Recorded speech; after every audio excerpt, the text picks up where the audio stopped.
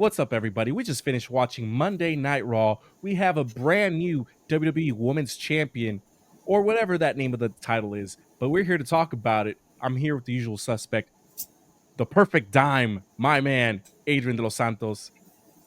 What is up, my bruv? What's up, man? Exciting episode of Raw. A lot of moves are brewing right now. I would say the draft is coming up on Friday. Let's see if it's actually gonna change the game this time around. But let's see, because right now I'm not really seeing anything that I'm liking in WWE.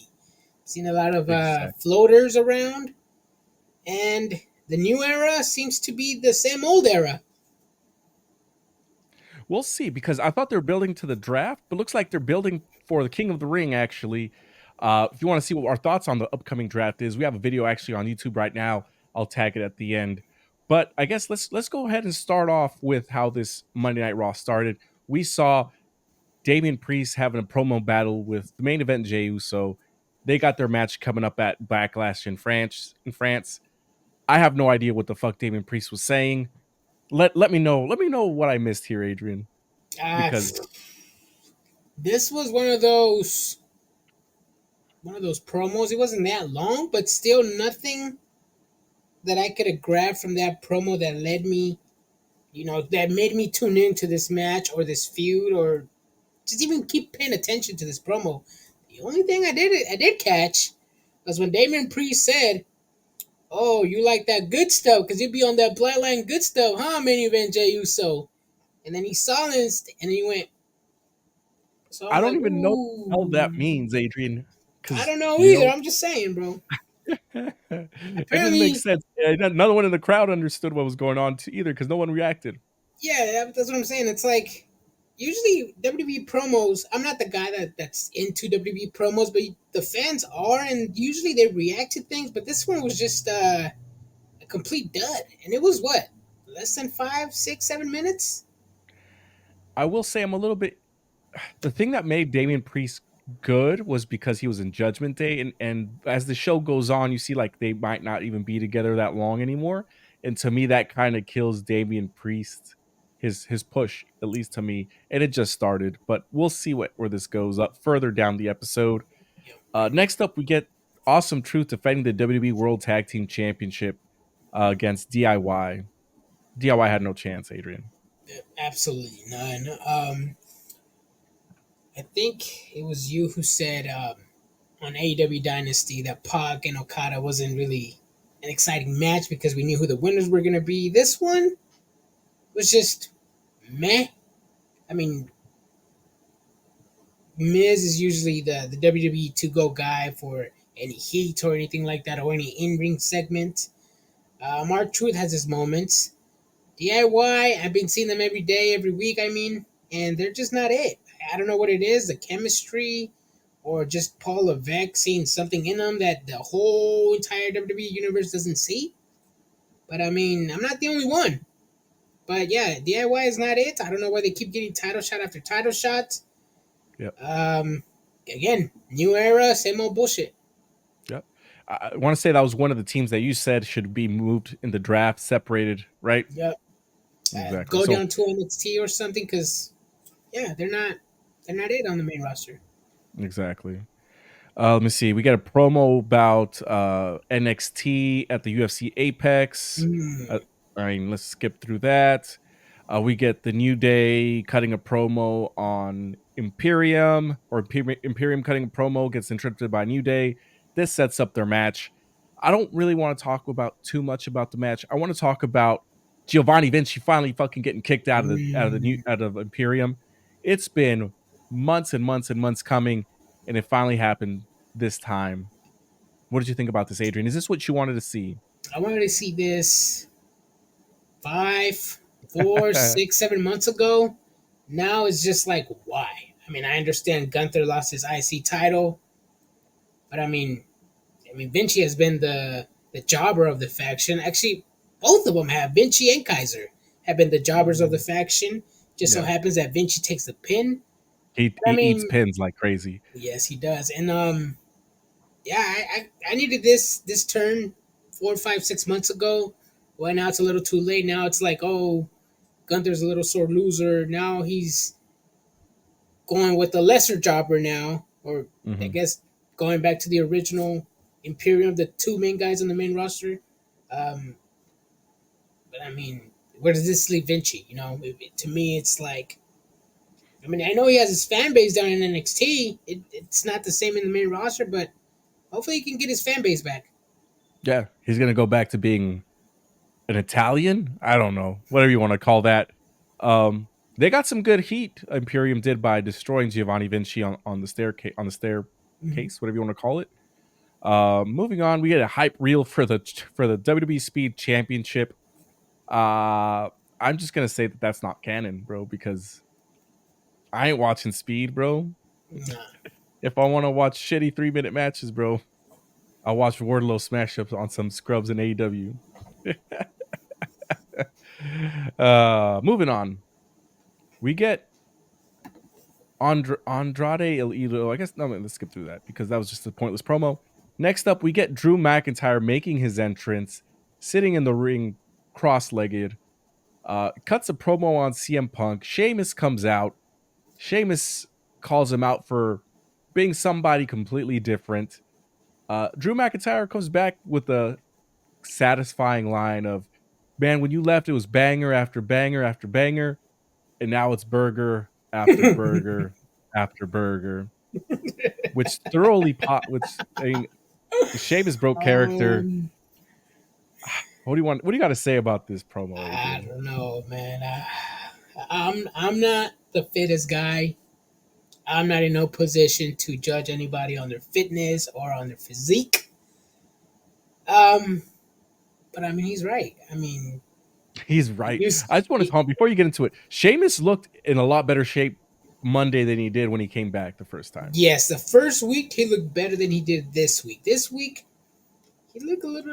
Again, I don't want to say anything bad about his physique, but last week he looked a lot better. This week looked like he No, he packed. didn't. He looked better this week than last week. I think it's because of the shorts. He wore like Oh, the those crunch shorts, yeah, shorts. but maybe because when they were pointing the camera when he was entering the ring, the camera was following him, and I saw his back, and I'm like, damn, that back is it's heavy. It's It's heavy heavy back, but back. no, but I mean, Drew McIntyre in his promo, the same old punk this, punk that. Um, I mean, I have a feeling this is going to be another Cody Rhodes story. Once he finishes the story, now it's going to be like, now what? It's. I mean, he needs to stop mentioning CM Punk now that CM Punk is not in the ring or even in the building. Just develop your character, leave that guy out of your mind, and just Well, work on he's gonna be yourself. back. He'll be back. You never know. He Well, wasn't supposed to be there on Monday, but he was there. yeah, but again, it's like, so what? Is he just gonna trash CM Punk just so CM Punk can beat him in the ring? Or what? If he beats CM Punk, then it's like, see, I told you I could beat you up. No, duh, you're in the prime of your life. CM Punk is fragile Punk right now, bruv. But Fragile Phil. like, if CM Punk's not gonna be in the building, don't mention him. Worry about yourself, build your character, go after Damian Priest. Technically, you have a title shot. Technically. Well, he brought that Actually, up. He oh brought that yeah, up in the promo. He yeah, said, "I you're right. wish I would got my title shot back, but instead I had to earn it in a fatal four way where CM Punk Yep, stuck his nose in my business once again." yep. Grade A storytelling. I'm a fan of Drew It was McIntyre. that was a bad booking by the booker. He should have gotten his rematch 1-on-1. He should have, but this builds up. Even then, it would have worked if CM Punk held him back from winning the title again. It could have worked either way, but Yeah, yeah. this is the way they tried to go. I liked that Drew McIntyre was reading back the list of names that people called Sheamus on Twitter, like Pillsbury Doughboy, and was going down the whole entire list of names. He's like, "That's not me saying those things. That's them. That's the internet. That's your fans." That's That triggered shit had wrestling. that's triggered wrestling, bro. Man, so that had me just dying. That was some grade A television. Yeah. Um, Sheamus ends up defeating Shinsuke Nakamura. Shinsuke Nakamura, he's got good matches, but he's got a good theme song. He doesn't even have good matches. I know we clown around with people who's jobber and who isn't. If it's Anna J, if it's I don't know, but just Shinsuke is. I mean, at least in AEW, when a jobber has a match and they lose, they have a good match, a competitive match. At least in AEW, I see the jobber give it their all, give it 110%. In WWE, it's like you give it 50% half the match, and then the other half you're just. I'm not seeing the King of Strong style that was advertised 4 or 5 years ago when he debuted in the main roster, or 6, 7. I don't know when he debuted. Yeah. Yeah. At the end of the day, it's the booker's decision what they want you to do. Go out there, have a quick 5 minute match. You can only get so much stuff in. You can't have a hard hitting match, especially when you have banger fucking segments like this segment right here. And you heard it right. I said banger segment of Chad Gable telling Alpha Academy that they're a bunch of losers, especially that Otis, that what he's called her, dumb blonde, essentially, Maxine Yeah, Dupree, and the guy that just does his little dance, Akira Tozawa. Tozawa. Tozawa, yeah. He called him Jamokes, bro. He said, get me back my WWE Intercontinental title that I never had, but it's mine." Yeah, no, this was a hard attempt to make him heel, make him. I mean, the man was dancing on TikTok with this faction not too long ago. He trained Sami Zayn to beat Gunther, and now he's mad at his faction. It's all Otis's fault, bro. Make He's the it biggest disappointment of make all of them. sense, bruv. Make it make sense. Yeah, it make quite a lot of sense, but I'm all here for a heel Chad Gable if it means more TV on more of him on Oh TV. yeah, if it's a well written script and a well developed character, I'll be a fan too. But right now, not it. Not it, my guy, not it. Well, let's see here. What about this? Andrade El Idolo Hmm. and Ricochet defeating uh who the fuck did they defeat? Santos Escobar Oh yeah, and JD Santos Madonna. Escobar and JD Madonna. For some reason I was gonna say Finn Balor. I have it on my phone, but I couldn't find it. JD Madonna and Santos Escobar. Santos Escobar doing Dom a favor because he's injured legitimately with his elbow. Um, I mean, it's Oh a good match. no, is he really injured? He's legit injured. Oh Don't even say anything no. about it being a long list of injured people. No, I just thought injuries only happen in AEW. That sucks, man. Well, we'll get there. No, it was a banger ass match, bro. Oh, but continue. No, it was a good match. It was a Yeah, good match. I'm yeah, not going to hate on the match. yeah. I just, where does this leave Andrade? Where does this leave Ricochet? Where does this leave everybody in this match except for JD Madonna, Santos Escobar? I mean, I don't know. See, that's the thing. I saw this match. First of all, Ricochet didn't get an entrance. He came in during commercial. Andrade got zero pop. JD got zero pop, except for Dominic. Santos Escobar, everybody was like, "Who?"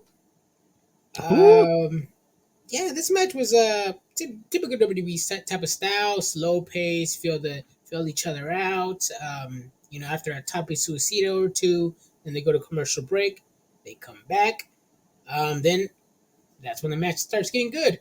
All hell breaks loose, no tags, everybody in the ring at the same time. Your typical AEW type of match. Perfection. I love it. I'm dead. Um, it was chaos, 4 men in the ring at the same time. Referee didn't even know what to do. Match was great after that. But yes, where does this leave Andrade, Santos, Ricochet, and JD? Andrade, most likely he's gonna go get drafted wherever Charlotte Flair is. Hmm. Ricochet's Um, going to be wherever Samantha Irvin is. I True, Ricochet and Santos Escobar.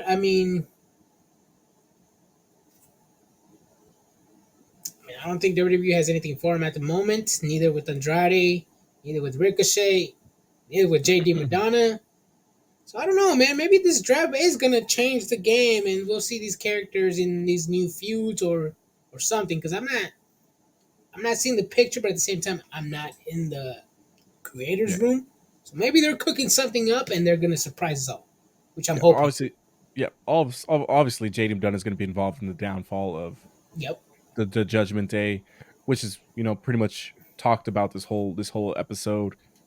Damien Priest. I mean, sorry, not Damien Priest. Dominic Mysterio looks like he's had enough of Damien Priest's barking, right? Um, Andrade and Ricochet, they can be called up to that Intercontinental U.S. Championship division depending on where they get drafted. Santos Escobar seems to be like the odd man out. We sent him back to NXT. I think he's never won the NXT World Heavyweight Title. Maybe that's That'd where be a he good ends up. move. That'd be a Maybe good that's what he move. ends up doing. But let us know what you guys think on the comments about any of those four men or what you want to see happening in this draft. Um, Now we're at the main event. The main event for the WWE Women's World Heavyweight Championship. It is won by Becky Lynch. Liv Morgan, Hmm. her revenge tour is over once again, at least for now. Before I tell you when I before I swip it before I push it over to you, Adrian, I just want to say they could have had anybody win this They could title have. except Becky Lynch. It would have made sense that anybody win this title except for Becky Lynch. It could have been Zoe Starks, made another star. Could have been Natalia getting another run. Could have been Liv just hot shotting everything to begin with. It could have been Chelsea Green for all that matter and just had a little fucking Karen world title holder for a little Yep. bit. But no, they decided to give it to, as the internet is calling her, Becky Hogan. Yes. I mean, I was told by Paul Levesque that the new era had begun. Um, I'm posting on our social media at Triggered Wrestling everywhere: Facebook, Instagram, TikTok. We are known as Trig_Wrestling on Twitter, X. So follow us on that if you want to join the conversation. Um, Apparently, these fans are telling me that the new era is hasn't started yet. But Paul Levesque has told me that it started already. It started Mm-hmm. WrestleMania weekend. So I'm like, I mean, am I going to listen to some internet mark or the guy who's actually in the writer's room, the booker, the head of creative? Um, yeah, no, new era, same old bullshit. I could have, in my opinion, I would have had Nia Jax because Nia Jax would have taken that heat. Nia Jax is a natural born heel. Nia Jax would have eaten the heat up. She would have fucking welcomed it with open arms. Liv Morgan could have technically her revenge tour was like, I'm gonna take everything that you love, especially that world heavyweight champion to Rhea. She took the title away from Rhea technically. Okay, She could have technically. Becky Lynch could have eliminated Liv Morgan. You once again meddled in my business on my revenge tour. I'm after you. Beat Becky in a match, then beat Nia Jax for the champion. You could have developed her character that way, or you could give it to Becky to Liv Morgan from the get go, and Yeah. just build her character as we go. Eat that heat up, do the troll, basically be a troll, like kind of like how Drew McIntyre is, but in a different way. A lot of storylines that a lot of people are coming up with. I'm reading those online, and they're better than this. Yeah, there's a lot of more interesting storylines online, but well, I guess this is the things that we do these reviews like now. Hindsight 2020, who knows? Who knows if this would actually be a good storyline? But as for right now, I highly doubt it. I highly doubt it, Adrian. Who do But you? let us know what you guys think in the comments below. Before we finish up this episode, I just want to talk about uh, Hold on, a hold firing or somebody, I guess, a release that happened today. Uh, what's his fucking name? Wait, hold on. Before you do that, what do you? What's your opinion on this man on the main event, Brian? Did you see? On Do you have? on start. Ask me again. What's your opinion on this winner, Brian? Becky Lynch, was she the right winner, the wrong winner? Could have chosen a different one. Do you see any storylines that you're brewing in your head, or? I don't think it should have been Becky Lynch. I mean, I think it should have been Chelsea Green. Honestly, just have her be a little Karen. She's a paper champion to begin with, and what better way to Yes, crown one of those in a battle yes, royale? It's a battle Yes, royale. Essentially, whoever wins this is going to be a paper champion. Like it's a that battle is, royale. It could have literally been anybody. It should have been Chelsea Green. bro. That is to be honest, I'm not gonna lie. That is one of the best that I've read today.